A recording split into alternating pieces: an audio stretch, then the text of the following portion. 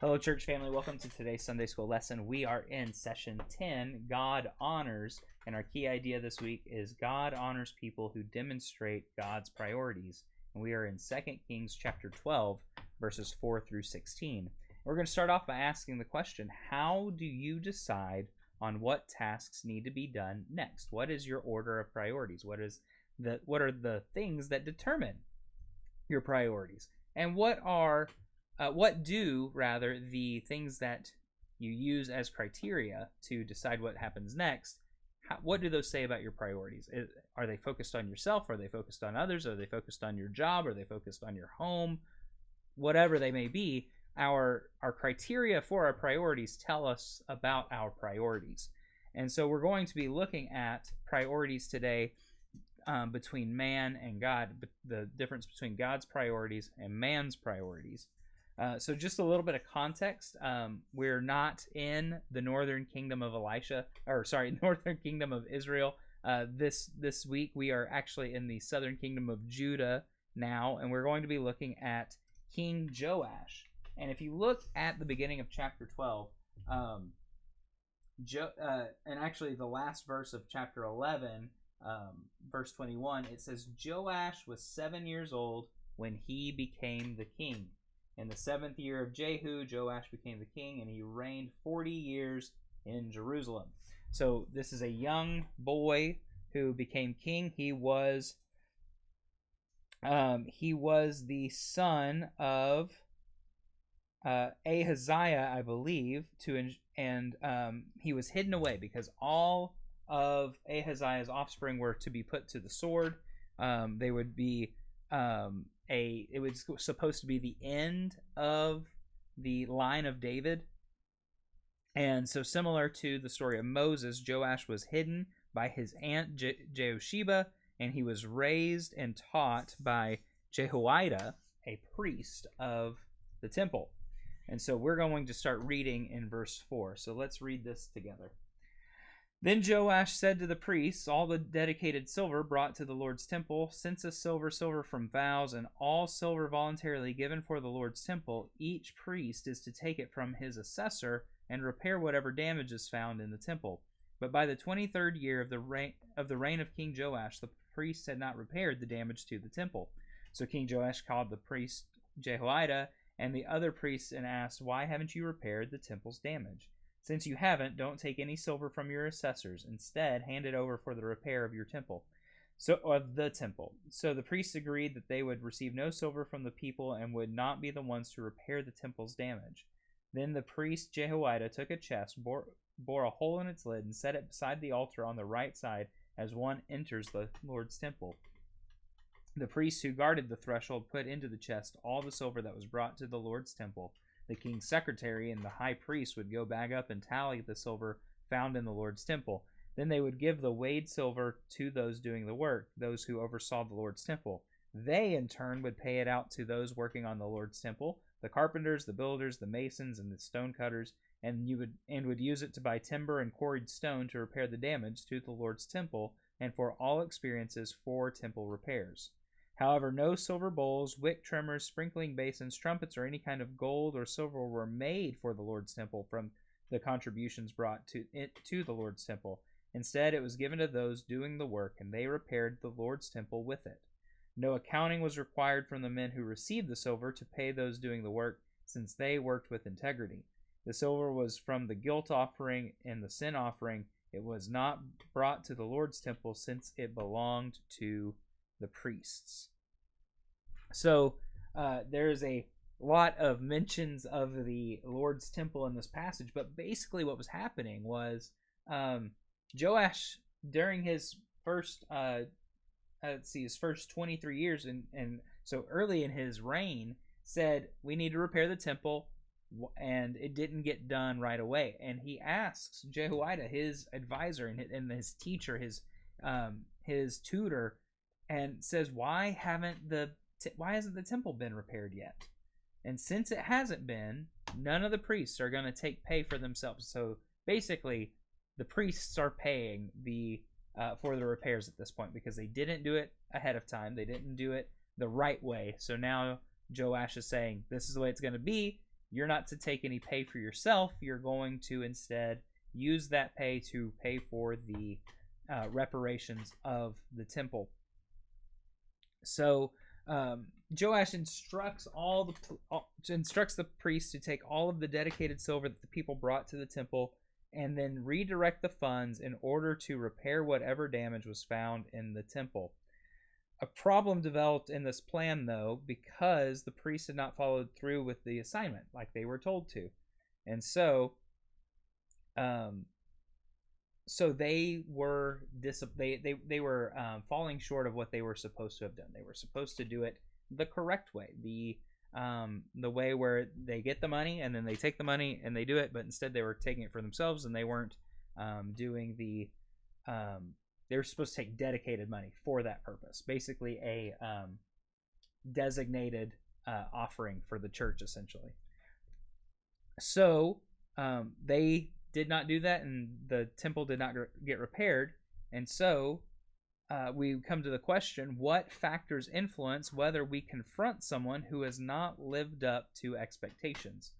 I think at least for me, I'm a pretty non-confrontational person most of the time. I think it takes a lot for me to get riled up about something enough to go and tell somebody off or go and correct someone, go and be like, hey, you did this wrong and you need to do better. That's hard for me to do just as a person. And I know that for me, it has to be whatever is done wrong has to really be wrong. It needs to be usually in my mind it needs to be a sin. That's first and foremost. It can't just, if it just hurts my feelings, I tend to let things go like that. And then B, it needs to be harmful to someone else, whether it be me or someone else around. And then that's when I will really get into action. I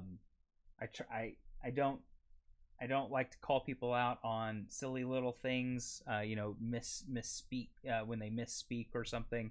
I will give people a hard time, like in the office, just joking around and stuff. But actual confrontation is a totally different thing. And for me, it has to be a pretty strong circumstances. But for others, priorities aren't as much. Here, the priority was the Lord's temple. The Lord's temple was in disarray. The Lord's temple looked bad. The Lord's temple was partially destroyed. There was damage done to it, and it wasn't being repaired. And Joash was like, hey, we need to do something about this. He had his priorities where God's priorities are. God valued his temple in Israel and in Judah.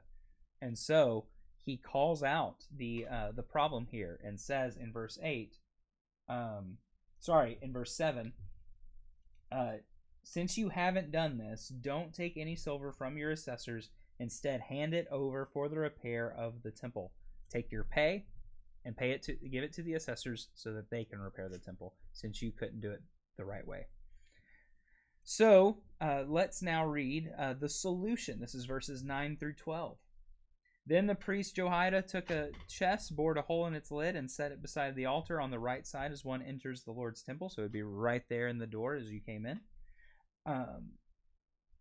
Whenever they saw that there was a large amount of silver in the chest, the king's secretary and the high priest would go bag up and tally the silver found in the Lord's temple.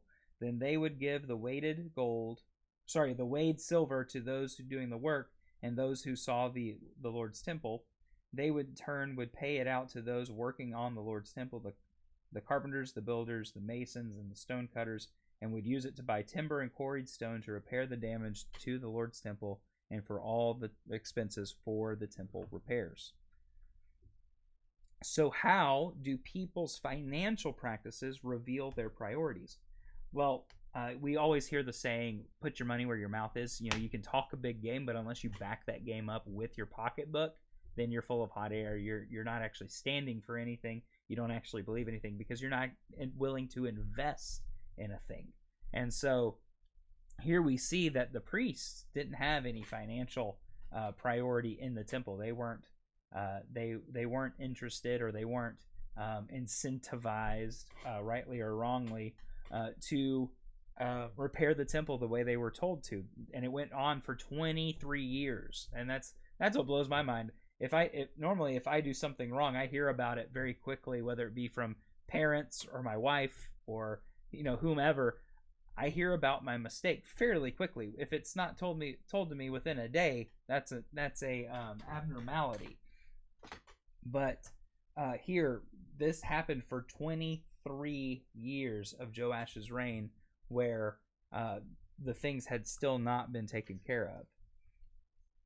So our financial practices reveal our priorities, because if we value something, we invest in that thing, and when we invest in that thing, it normally takes more than just time. It normally takes cash money to accomplish things. We buy the things we like because we like them. We pay for things that we enjoy because we enjoy them, and we invest in things we believe in because we believe in them.